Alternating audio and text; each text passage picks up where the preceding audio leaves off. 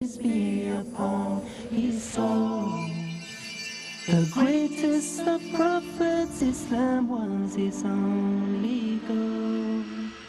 Muhammad sallallahu alayhi wasallam.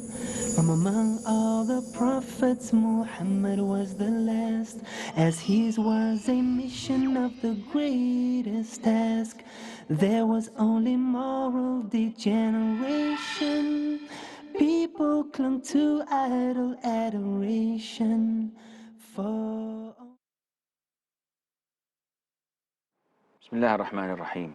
الحمد لله رب العالمين، صلى الله وسلم وبارك على عبده ورسوله الأمين نبينا محمد وعلى آله وصحبه أجمعين. السلام عليكم ورحمة الله وبركاته. It was done. It's over. The Muslims have all agreed to appoint Abu Bakr, may Allah be pleased with him, as the successor of the Prophet ﷺ, the Khalifa of the Prophet ﷺ, and the ruler of the Muslim state. Abu Bakr, may Allah be pleased with him, immediately the following day gave his inaugural speech. It was not full of promises. It was not rhetoric. It was not a long speech that people would forget the beginning by the time they reach the end. It was concise. You can count the number of words, and it sets clearly his direction, may Allah be pleased with him, in ruling the Muslim state. He said, when he gathered the people in the masjid, "O people, I have been appointed upon you while I'm not the best one among you." And this is an understatement. Of course, he is the best among them all. But being humble, being who he is, he started his speech in such a fashion: "I was appointed upon you, and I am not the best one among you. If I have performed correctly, then support me. If I do well, support me and stand next to me. But if I have done wrong, if I was unfair, then straighten me up. You have to fix any wrongdoings, any shortcomings that I may have." He went on to say, "The weak among you is strong in my eyes until I take his rights from those who oppress him and from those who are aggressors. And the strong among you is weak in my eyes until I take the rights he deprived the weak from. And no people ever abandon jihad except Allah Azza wa Jal would immediately humiliate them on earth. And you should obey me as long as I obey Allah and I obey His Prophet alayhi salatu wasalam. And if ever it so happens, if ever I disobeyed Allah or disobeyed His Prophet alayhi salatu wasalam, then you do not and you must not obey me at all. Stand up for your prayer. May Allah have mercy upon you." That was it. This was all of his speech. Very concise, very powerful, and to the point. It illustrates to us that Abu Bakr was not a tyrant. Abu Bakr was not looking to rule. He was not looking forward for it. It was said that Abu Bakr did not want this life, and life did not want him neither. So though before Islam he was a millionaire, he was a rich businessman, but after Islam, he gave all of his money for the sake of Allah Azza wa Jal and to support Islam. When he became a ruler, nothing changed. He was still the person he was, living in a small room, wearing the same clothes, did not have a wardrobe full of suits and clothes. He did not have a strong and fancy ride. He had nothing. All what he had was for the Muslims. So the position never ever changed Abu Bakr, may Allah be pleased with him. On the contrary, it was Abu Bakr who changed the position. He set the guidelines. If I obey Allah, you obey me. Whenever I disobey Allah, you should not by any means follow me or obey me, because the Prophet said, alayhi salatu wasalam, there is no obedience to a creature whenever he disobeys Allah the Almighty. And this is the guideline that all Muslims should follow. Our obedience is to Allah and to the Sunnah of the Prophet alayhi salatu wasalam. This is the full and complete obedience. If someone, whoever that one is, instructs us or orders us to disobey Allah or to disobey the Prophet ﷺ, we should not listen or adhere to that, because this is a sin by itself. Abu Bakr, may Allah be pleased with him, had a number of achievements in his life while he reigned and ruled the Muslims. Though it was not very long, it was only 2 years and a couple of months. That was it. But during these 24 or 26 months plus, he did wonders. Imagine, he, during these wars or during these months, waged a fierce war against those who rejected Islam among the Muslims. And it was known as Harbul Murtaddin, the apostates' war. And this was caused by a number of tribes, but actually everybody, all the tribes, have rejected Islam when the Prophet died, alayhi salatu wasalam, thinking that the Muslim were only revolving around the Prophet alayhi salatu wasalam, and so was Islam. So if the Prophet is gone, alayhi salatu wasalam, then Islam is gone as well. So among the achievements of Abu Bakr, may Allah be pleased with him, that he waged what is known as the war against the apostates.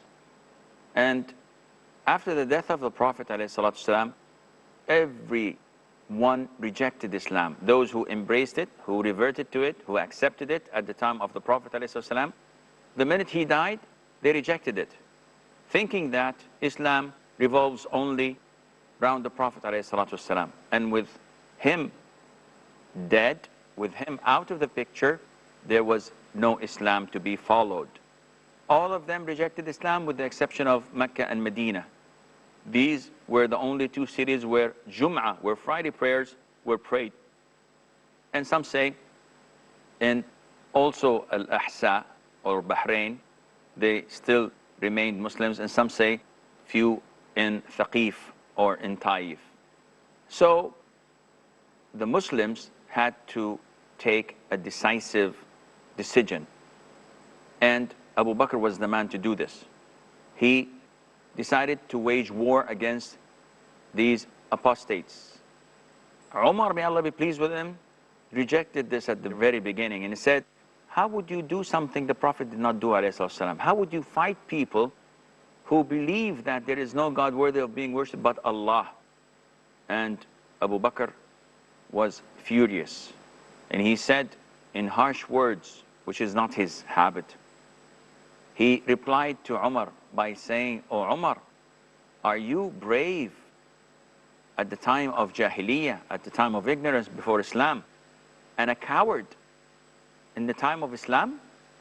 How is it that Allah accomplished and completed his religion at the time of the Prophet ﷺ, and now in my time it is to be deducted and reduced by Allah if they prevent me from giving me to the Muslims' treasury, the Bayt al-Islam or Bayt al-Mal, if they prevent delivering these things, even if it's a rope that leads a camel, if they would not hand it to me, by Allah I will fight them. Because they used to do this to the Prophet ﷺ, and now they've stopped doing it to me. And the minute he said that, Umar realized and knew that it was from Allah, and Allah was guiding Abu Bakr to the right thing. We have a short break. Stay tuned, and inshallah we will be right back. As his was a mission of the greatest task. Welcome, O Ramadan. This is Dr. Jonathan Cazalas, wishing my dear brothers and sisters in Islam a blessed and beneficial Ramadan. May Allah Azza wa Jal make us from those who take full advantage of this month, thereby strengthening our taqwa and having our sins forgiven. It is Ramadan. It is Ramadan.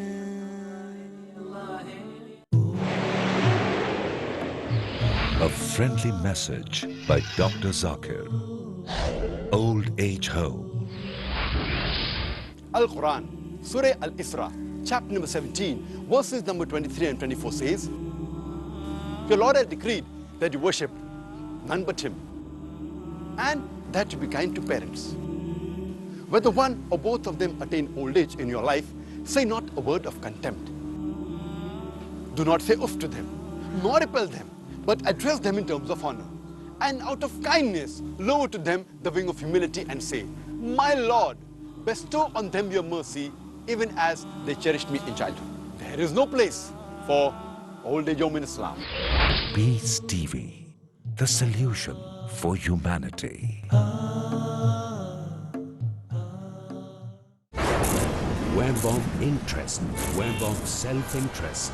The basic characteristics of Islamic finance and how it differs from the conventional finance. Risk shifting, this is the conventional bank, means it is only loan with interest.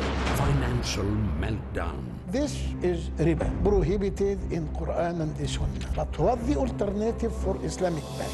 Dr. Hussein Hamid Hassan. Islamic finance is based on equity. What does it mean? Islamic financing is risk sharing, not risk shifting. Learn how these problems can be avoided through Islamic banking and finance system in Islamic Financial System every Saturday at 4 p.m. and repeat telecast at 1:30 a.m. Saudi Arabia on Peace TV. As his was a mission of the greatest task. Assalamu alaikum wa rahmatullah, and welcome back.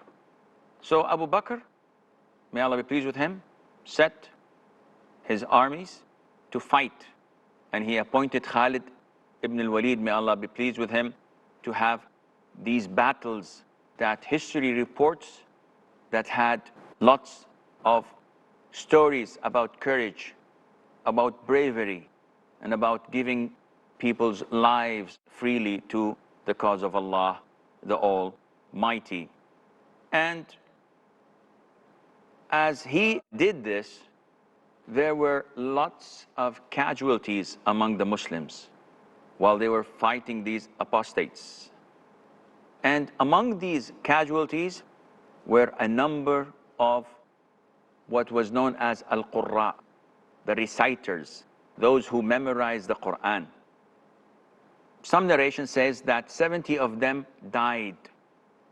They were martyred at these battles. And Umar, may Allah be pleased with him, went to Abu Bakr and said, Abu Bakr, I believe that it is our duty and job to preserve the Quran. This was a year after the death of the Prophet ﷺ. And we have to compile the Quran to bring it in one book. And I have to give a short introduction to this. so that it would not confuse people. Quran is preserved by Allah the Almighty. It is the word of Allah, and it was revealed to our Prophet ﷺ. And the Quran was preserved in two methods, and it's Allah who preserved it. It was preserved through writing, and it was preserved through memorizing it. So whenever a verse or a number of verses were revealed to the Prophet ﷺ, he would call his scribes, and they would write it down on bones, on leaves of palms trees or else, on pieces of stones, flat white stones. And at the same time, most of the companions would memorize it by heart. So there was no need for compiling it. Besides, the Quran was not revealed in sequence. It was revealed portions and portions, and the Prophet would say, put this portion in Surah Al-Anfal, put this portion between this surah and that surah. And there was what is known as abrogation. There was known as naskh. So a verse would be revealed, and then Allah Azza wa Jal abrogates it. And He either takes it completely or leaves it and abrogates the ruling, or does the both, subhanahu wa ta'ala. And that is why it was not compiled at the time of the Prophet ﷺ into one mushaf. But after the death of the Prophet ﷺ, and after the death of the numbers of those who memorized it by heart, Umar, may Allah be pleased with him, was afraid. He was afraid that people who memorized the Quran would go less in number. And it is not sufficient to have it only printed or written down, because it is both ways. It has to go both ways, through reading, reciting, and through writing. So he advised Abu Bakr, may Allah be pleased with him, to compile the Quran. And Abu Bakr at first, he did not want to do this. He thought that, how would I do something the Prophet ﷺ did not do himself? But then, after a short period, he was convinced with Umar's advice, and he instructed Zayd ibn Thabit, may Allah be pleased with him, to compile the Quran. And Zayd, as we know, was the major and the main scribe of the Prophet ﷺ. He was a young, learned man, and he learned the Hebrew language in 11 days, as the story tells us. So they instructed him to compile the Quran. He rejected this at first, saying that, how would I do something the Prophet did not do, ﷺ? And it was not too long before he was convinced with their opinion, and he managed to get all the copies of the bones, stones, and leaves of trees that had the Quran verses written on, with 2 witnesses with each verse.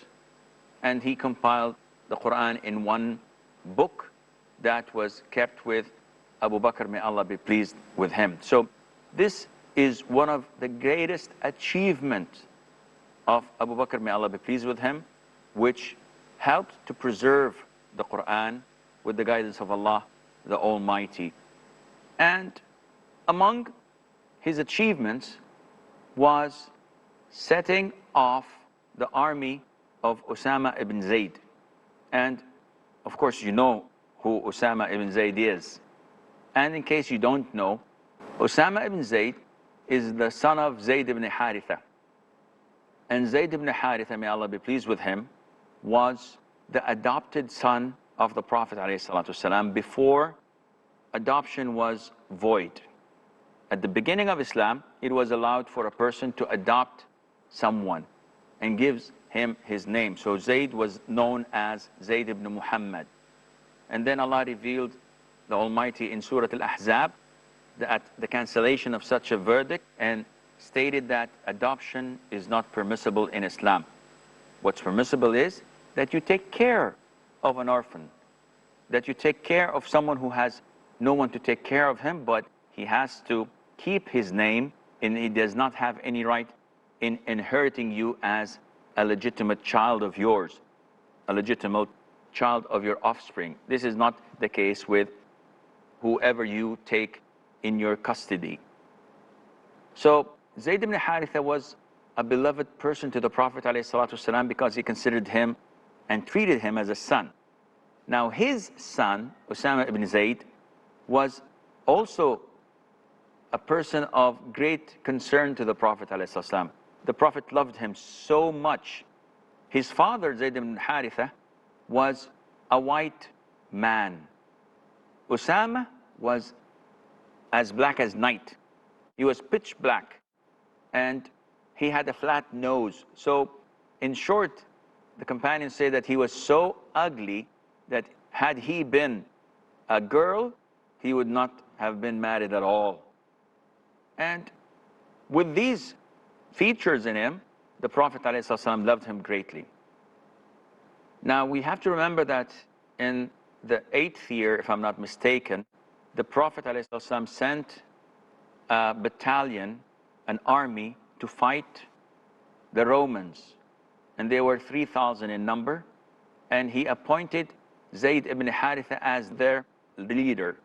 And then Ja'far ibn Abi Talib, and then if anything happened to them both, Abdullah ibn Rawaha. And they were all martyred. So now it was time to set, and this was few days before the death of the Prophet ﷺ. He gathered an army and he instructed Usama ibn Zayd, the son of Zayd ibn Haritha, who was martyred fighting the Romans. He instructed him to lead this army to the north and fight the Romans again, to take revenge for his father. And the people did not like this, simply because Usama was 17 years old. And in his army were Umar, Uthman, Ali, and the great warriors of Islam. So how do you appoint Usama ibn Zayd, who's a kid, he's a teenager, to lead these great companions of Islam? And the Prophet ﷺ did not pay any attention to their remarks. He said that you have spoken against me giving the leadership to his father before, and now you're giving me again the same remarks about him. By Allah, he is worthy of it. And the Prophet ﷺ does not do anything from his whim. What he does, believing in what Allah Azza wa Jal instructs him to do. So soon afterwards, the Prophet died ﷺ. And the army was at the outskirts of Medina waiting for the instruction of the Prophet ﷺ when they heard that he died. Abu Bakr, the minute he assumed power, he instructed the army to go out to fulfill the mission of the Prophet ﷺ. So the companions said, Abu Bakr, the apostates now are fighting us. Everyone is collapsing on us and we are weak and vulnerable. Keep this army at the moment so that they can defend Medina. Otherwise, if they attack Medina, we're annihilated. Abu Bakr said, no, I would never ever make an army that the Prophet instructed us ﷺ to set him out. I would never ever keep them. I would never ever dissolve a flag that the Prophet ﷺ tied himself. And he instructed and ordered them to go. But he requested Usama humbly to keep Umar next to him as his advisor and as his supporter. And Usama agreed to that. He requested, he did not instruct, because the Prophet instructed Umar to be in the army. So Abu Bakr, though he was ranked number 1, yet he requested humbly Usama to allow him, and Usama gave him this permission and he kept it. Abu Bakr walked while Usama was on his horse outside the skirts of Medina, leading his horse to the army. And Usama said, by Allah, either you mount with me or I dismount and come down. And Abu Bakr said, may Allah be pleased with him, neither both. I will walk and you will ride. Imagine this man of 60 years old and this kid of 17 years old. He is pulling his horse, leading his horse. He said, Usama, don't you even want my shoes to be dusted in the cause of Allah? Let me walk. Let me bear this suffering, because it's not a suffering. It's something that Allah will reward me for, and he made the army go and fight.